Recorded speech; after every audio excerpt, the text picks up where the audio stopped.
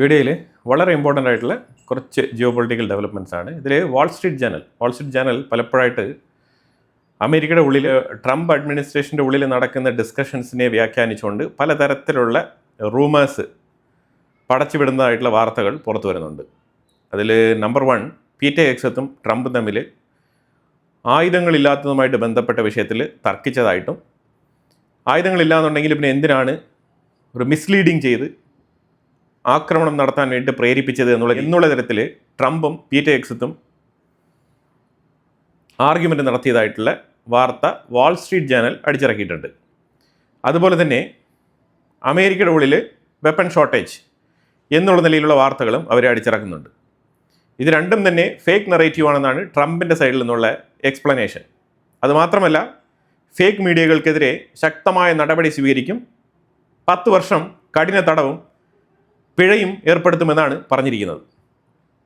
ഇനി നേരെ straight of ഹോർമോസിലേക്ക് വന്നു കഴിഞ്ഞാൽ, അവിടെ ഒമാനും ഇറാനും തമ്മിൽ ഒരു ഡീൽ സൈൻ ചെയ്തിട്ടുണ്ട്.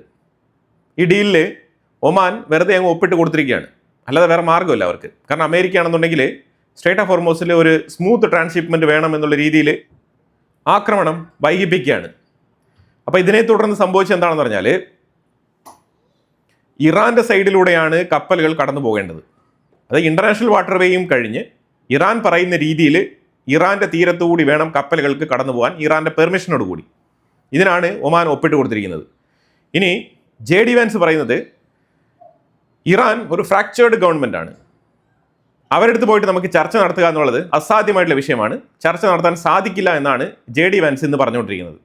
JD വാൻസ് വളരെയധികം എഫക്റ്റീവായിട്ട് ചർച്ചയൊക്കെ നടത്തി സ്വിറ്റ്സർലാൻഡിൽ പോയിട്ട് ഇറാനുമായിട്ട് പീസ് ഡീൽ ഒപ്പുവെച്ച ആളാണ് JD വാൻസ്. അതേ JD വാൻസ് ആണ് ഇന്ന് വല്ലാത്ത രീതിയിൽ വിഷമത്തോടു കൂടി സ്റ്റേറ്റ്മെന്റുകൾ പറഞ്ഞുകൊണ്ടിരിക്കുന്നത്.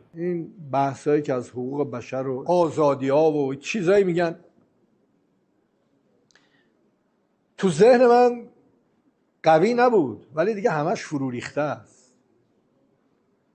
قدم اول اینه که به چه دلیل رهبر ما رو شهید کردن؟ به چه جرمی فرماندهان ما رو، به چه جرمی دانشمندان ما رو شهید کردن؟ و بعد بچه അതുപോലെ തന്നെ ഇറാൻ ആണെന്നുണ്ടെങ്കിൽ ഇറാൻ്റെ ഉള്ളിൽ ഉണ്ടായിരിക്കുന്ന നാശനഷ്ടങ്ങൾ ഇതുമായിട്ട് ബന്ധപ്പെട്ട് ഞാൻ ഇന്നലെ തന്നെ ഡീറ്റെയിൽ ആയിട്ടുള്ള ഒരു ബ്രീഫ് നോട്ട് കൊടുത്തിട്ടുണ്ടായിരുന്നു. അത് കേട്ടവർക്ക് വളരെ വ്യക്തമായിട്ട് മനസ്സിലാക്കാൻ പറ്റും. അപ്പോൾ മസൂദ് പെസസ്കിയാൻ അതുമായിട്ട് ബന്ധപ്പെട്ട് ഒരു ഇൻ്റർവ്യൂ കൊടുത്തിട്ടുണ്ട്. ആ ഇൻ്റർവ്യൂവിൽ പല വെളിപ്പെടുത്തലുകൾ പുള്ളിക്കാരൻ നടത്തുന്നുണ്ട്. അമേരിക്കയുമായിട്ടുള്ള ചർച്ച മുന്നോട്ട് പോകാത്തതിന് പ്രധാനപ്പെട്ട കാരണം ഇറാൻ്റെ ഉള്ളിൽ IRGC മെമ്പേഴ്സിൻ്റെ ഇടയിൽ വല്ലാത്ത രീതിയിലുള്ള ഒരു വേദന ഉണ്ടായിട്ടുണ്ട്. IRGC മെമ്പേഴ്സിൻ്റെ ഉള്ളിൽ IRGC മെമ്പേഴ്സിൻ്റെ മനസ്സിൽ വല്ലാത്ത രീതിയിലുള്ള മുറിവ് ഉണങ്ങാതെ കിടപ്പുണ്ട്. ആ മുറിവ് എന്താണെന്ന് പറഞ്ഞാൽ, നിരവധി ലീഡറുകളെ ഇസ്രായേലും അമേരിക്കയും കൂടി ചേർന്ന് വധിച്ചത്. രണ്ടാമത് സയൻറ്റിസ്റ്റുകൾ, ഇറാൻ്റെ സയൻറ്റിസ്റ്റുകളെ കംപ്ലീറ്റ്ലി കൊന്നുകളഞ്ഞത്. ഇത് മസൂദ് പെസസ്കിയാൻ വളരെ ഓപ്പൺ ആയിട്ട് തന്നെ തുറന്ന് സംസാരിക്കുന്നുണ്ട്. ഈ കാരണങ്ങളൊക്കെ നിലനിൽക്കുന്നതുകൊണ്ട് തന്നെയാണ് IRGCക്ക് അത്ര പെട്ടെന്നൊന്നും അമേരിക്കയുമായിട്ട് ഒരു നെഗോസിയേഷനിൽ എത്തിപ്പെടാൻ പറ്റാത്തത്. കാരണം IRGCക്ക് ഇപ്പോഴും ആ മുറിവ് ഉണങ്ങിയിട്ടില്ല. അമേരിക്ക ആണെന്നുണ്ടെങ്കിൽ ഇത്തവണ ഇസ്രായേലിനെ കൂടുതൽ ഇൻവോൾവ് ചെയ്യിപ്പിക്കാത്തതിൻ്റെ റീസൺ ഇതും കൂടിയാണ്. കാരണം ഇസ്രായേലിനെ ഇറക്കി വിട്ട് കഴിഞ്ഞാൽ ഇനി ബാക്കിയുള്ളത് ഗാലിബാഫും മസൂദ് പെസസ്കിയാനും അതുപോലെ അബ്ബാസ് അരക്ചിയുമാണ്. ഈ 3 പേരെയും കൂടി ഇസ്രായേൽ അങ്ങ് തട്ടും. അതോടുകൂടി കാര്യങ്ങൾ കൂടുതൽ വഷളാകും. പിന്നെ ആരുമായിട്ടും കമ്മ്യൂണിക്കേറ്റ് ചെയ്യാൻ പറ്റാത്ത രീതിയിലേക്ക് കാര്യങ്ങൾ മാറിത്തീരും. അപ്പോൾ അതുകൊണ്ട് തന്നെ വളരെ വ്യക്തമായിട്ട് അമേരിക്കയ്ക്ക് അറിയാം, ഇസ്രായേലിനെ മാറ്റി നിർത്താതെ മുന്നോട്ട് പോയി കഴിഞ്ഞാൽ ഇറാനുമായിട്ടൊരു ചർച്ചയ്ക്കുള്ള അവസരം പോലും കിട്ടില്ല. അതിനു മുമ്പ് തന്നെ ഇസ്രായേൽ കയറി ഒന്നൊന്നായിട്ട് അങ്ങ് തട്ടും എന്നുള്ളത് അവർക്കറിയാം. അതുകൊണ്ടാണ് ഇസ്രായേലിനെ മാറ്റി നിർത്തിയിരിക്കുന്നത്. യെല്ലോ കളർ നമ്പർ പ്ലേറ്റ് ഉള്ളത് ജൂവിഷ്, അത് ഇസ്രായേലിൻ്റെ ഉള്ളിൽ നിന്നും പോകുന്ന കാറുകൾക്കാണ് യെല്ലോ കളർ നമ്പർ പ്ലേറ്റ്. അപ്പോൾ അങ്ങനെ ഇസ്രായേലി രജിസ്ട്രേഷനിലുള്ള ഒരു കാറ് ജനീൻ എന്ന് പറഞ്ഞ് വെസ്റ്റ് ബാങ്കിൻ്റെ ഉള്ളിൽ സ്ഥിതി ചെയ്യുന്ന ക്യാമ്പിൻ്റെ ആ ഒരു ഭാഗത്തൂടെ ഒരു ജൂവിഷ് പേഴ്സൻ്റെ കാറ് കടന്നു പോകുന്നത്, അത് ആ ജനങ്ങൾ എങ്ങനെയാണ് അതിനെ നോക്കിക്കാണുന്നത്. ശരിക്കും അതിൻ്റെ ഉള്ളിൽ ഒരു ബോംബ് കൊണ്ടിട്ട് പൊട്ടിക്കുന്നതാണ് ഇവരുടെ സാധാരണ ശൈലി. അപ്പോൾ എന്തായാലും ആ കാറിൻ്റെ ബാക്ക് ഡോറ് അതേപോലെ തന്നെ അതിൻ്റെ പുറകിലുള്ള കണ്ണാടിയെല്ലാം തന്നെ അടിച്ച് പൊട്ടിച്ച് കളഞ്ഞിരിക്കുകയാണ്. അത്തരത്തിൽ ആ കാർ അവിടെ നിന്ന് രക്ഷപ്പെട്ട് പോകുന്നതിന് വലിയ കാര്യമാണ്. അപ്പം അങ്ങനെ ഇവരുടെ, അതായത് ഈ അറബ്സ് താമസിക്കുന്നതിൻ്റെ ഇടയിൽ ഒരു ഇസ്രായേലി പൗരൻ്റെ കാർ വന്ന് പെട്ട് കഴിഞ്ഞാൽ ഇതാണ് അതിൻ്റെ അവസ്ഥ. അതിൻ്റെ നേർക്കാഴ്ചയാണ് ഈ വീഡിയോ ദൃശ്യത്തിൽ ഞാൻ വെച്ചിരിക്കുന്നത്. ഇത് ഇന്നലെ സംഭവിച്ചതാണ് ജനീൻ എന്ന് പറഞ്ഞ ഒരു സ്ഥലം.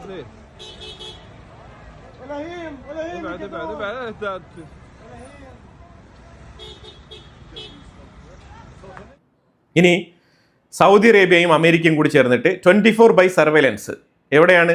യമന്റെ മേളിൽ ഹൂത്തികളുടെ ഏരിയ കംപ്ലീറ്റ്ലി നിരീക്ഷണം നടത്തിക്കൊണ്ടിരിക്കുകയാണ്.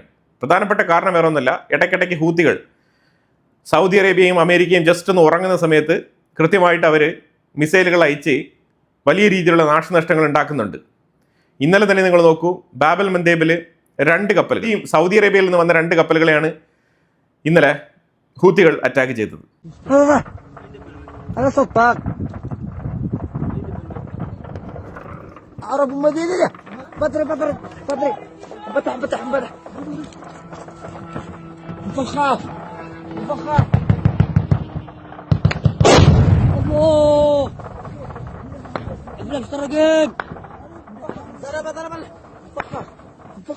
الله أكبر الله أكبر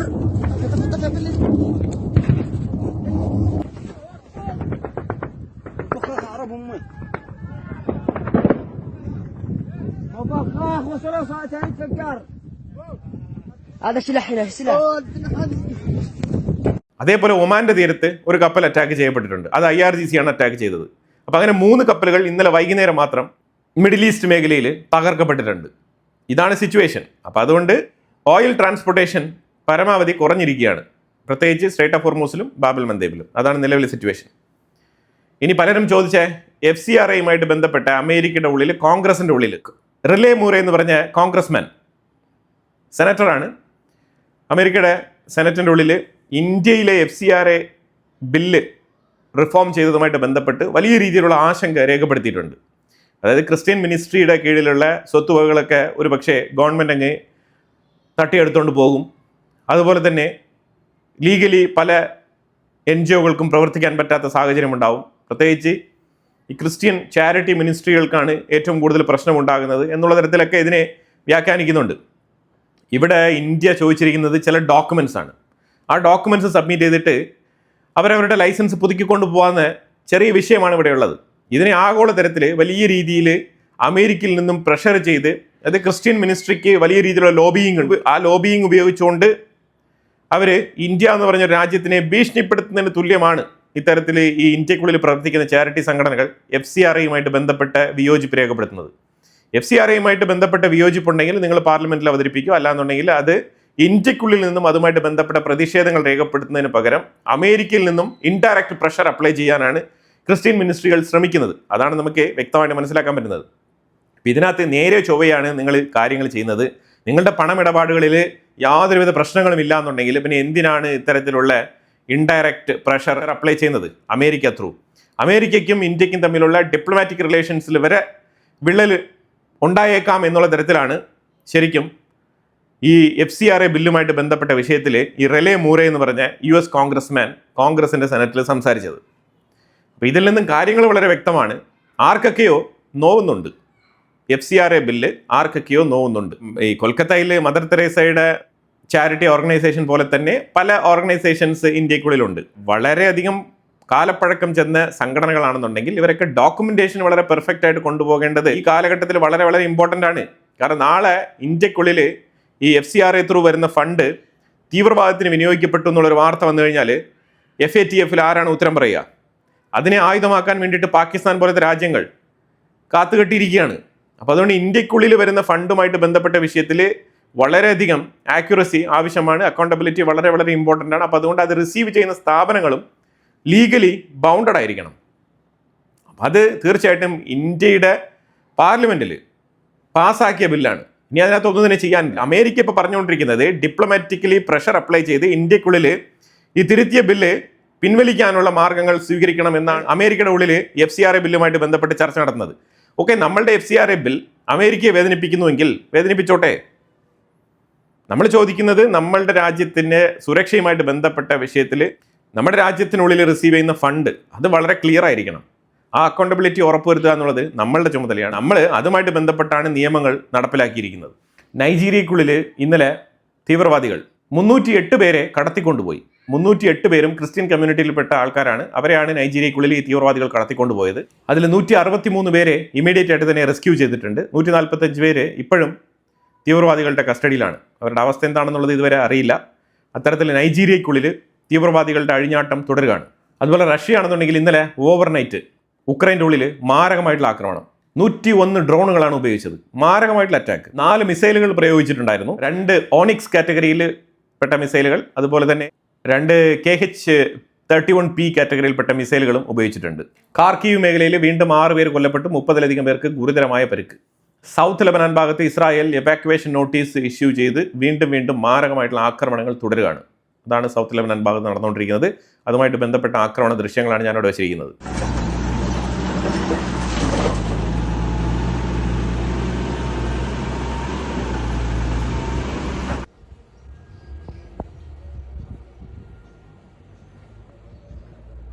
കരോലിന ലെവിറ്റ്. ഈ കരോലിന ലെവിറ്റ് എന്ന് പറയുന്നത് US-ൻ്റെ വൈറ്റ് ഹൗസിൻ്റെ ട്രംപിൻ്റെ സ്പോക്സ് പേഴ്സണാണ്. അവർ ട്വീറ്റ് ഇട്ടിരിക്കുന്നത്. അവരെന്ത് ട്വീറ്റാണ് ഇട്ടിരിക്കുന്നത് പറഞ്ഞാൽ, പീറ്റർ ഹെഗ്സത്തും ട്രംപും തമ്മിൽ ഒരു പ്രശ്നമില്ല. മീറ്റിംഗ് നടന്ന സമയത്ത് ഞാൻ അവിടെ ഉണ്ടായിരുന്നു, മിനിറ്റ്സ് എടുക്കാൻ വേണ്ടിയിട്ട് ഞാൻ അവിടെ ഉണ്ടായിരുന്നു. ട്രംപും പീറ്റർ ഹെഗ്സത്തും തമ്മിൽ അത്തരത്തിലുള്ള പ്രശ്നങ്ങളൊന്നും ഇല്ല എന്ന് പറഞ്ഞിട്ടുള്ള ഒരു ന്യായീകരണം അതാണ് അവർ ട്വീറ്റിലൂടെ വെളിപ്പെടുത്തിയിരിക്കുന്നത്. ഏതെല്ലാം കാരണങ്ങൾക്ക് വേണ്ടിയിട്ട് എക്സ്പ്ലനേഷൻ കൊടുക്കേണ്ടി വരുന്നു എന്നുള്ളതാണ് നമ്മളിവിടെ ചിന്തിക്കേണ്ടത്. അത് വാൾ സ്ട്രീറ്റ് ജേർണൽ എന്ന് പറഞ്ഞ പത്രം പബ്ലിഷ് ചെയ്ത് ആ വാർത്ത ഫേക്ക് ആണെന്നുള്ളത് വരുത്തി തീർക്കാൻ വേണ്ടിയിട്ടാണ് ഇത്തരത്തിലുള്ള സപ്പോർട്ടിംഗ് സ്റ്റേറ്റ്മെൻറ്റുകൾ ട്രംപിൻ്റെ ഓഫീസിൽ നിന്ന് തന്നെ പുറത്തു വരുന്നത്. ട്രംപ് പറഞ്ഞിട്ടായിരിക്കും കരോലിന ലെവിറ്റ് ഇതുമായിട്ട് ബന്ധപ്പെട്ടൊരു നോട്ട് എഴുതിയിട്ടത്. ട്രംപ് പറഞ്ഞിരിക്കുന്നത് അമേരിക്കയുടെ ഉള്ളിൽ യാതൊരു തരത്തിലുള്ള വെപ്പൺ ഷോർട്ടേജും ഇല്ല, ഞങ്ങളുടെ അടുത്ത് നല്ല രീതിയിൽ ആയുധങ്ങളുണ്ട്, ഇറാൻ വഴിക്ക് വരുന്നില്ല എന്നുണ്ടെങ്കിൽ ഞങ്ങൾ ആക്രമണങ്ങൾ തുടരും, ശക്തമായി തന്നെ തുടരുമെന്നാണ് പറഞ്ഞിരിക്കുന്നത്. അതായത് സെക്കൻഡ് വേൾഡ് വാർ ടൈമിൽ നടന്നതിനേക്കാളും എഫക്റ്റീവായിട്ടുള്ള ഒരു അറ്റാക്ക് നടത്താനാണ് ഞങ്ങൾ പ്ലാൻ ചെയ്തിരുന്നത്. പക്ഷേ അൺഫോർച്ചുനേറ്റ്ലി മിഡിൽ ഈസ്റ്റ് സഹോദരങ്ങൾ എൻ്റെ അടുത്ത് ചോദിച്ചതുകൊണ്ടാണ് ഞാൻ ഇറാനെ ഇത്തരത്തിൽ ആക്രമിക്കാതെ വിട്ടുവെച്ചിരിക്കുന്നത് എന്നാണ് ട്രംപ് പറഞ്ഞു വെക്കുന്നത്. എന്തായാലും മിഡിൽ ഈസ്റ്റ് സഹോദരങ്ങൾ അടി വാങ്ങിച്ചു കൂട്ടുന്നുണ്ട്. ഇന്നലെ ജബലലി പോർട്ടിൽ ആക്രമണം നടന്നിട്ടുണ്ട്. സൗദി അറേബ്യയുടെ കപ്പലുകൾ തുടരെ ആക്രമിക്കപ്പെടുന്നുണ്ട്. ഇനിയും വേണ്ടി വന്നാൽ മറ്റു പല രാജ്യങ്ങൾക്കുള്ളിലും ഇറാൻ അവരുടെ മിസൈലുകൾ അയച്ചുകൊണ്ടേയിരിക്കും എന്നുള്ളതാണ് മനസ്സിലാക്കേണ്ടത്. അപ്പോൾ എന്തായാലും ഇപ്പം ഒമാനും ഇറാനും തമ്മിൽ നടത്തിയിരിക്കുന്ന ഈ ഒരു പുതിയ straight of Hormuz deal agreement, അത് എത്തരത്തിലാണ് അമേരിക്ക അതിനെ ഉൾക്കൊള്ളുന്നതെന്ന് നമുക്കറിയില്ല.